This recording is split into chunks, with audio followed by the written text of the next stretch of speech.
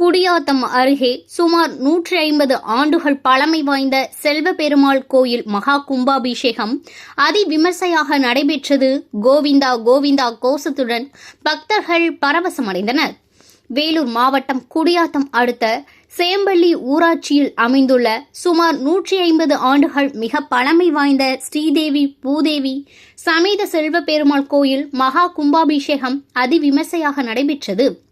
இதனைத் தொடர்ந்து கோவில் வளாகத்தில் யாகம் அமைத்து பட்டு வஸ்திரங்கள், தானிய வகைகள், மூலிகைப் பொருட்கள், வாசனை திரவியங்கள், மலர் வகைகள் உள்ளிட்டவை கொண்டு சிறப்பு யாகசாலை பூஜைகள் நடைபெற்றது.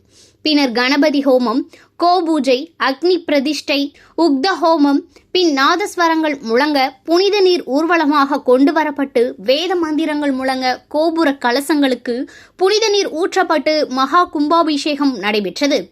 பின்னர் புனித நீர் பக்தர்கள் மீது தெளிக்கப்பட்டது. இதனைத் தொடர்ந்து மூலவருக்கு சிறப்பு அலங்காரம், மகா தீப ஆராதனை நடைபெற்றது.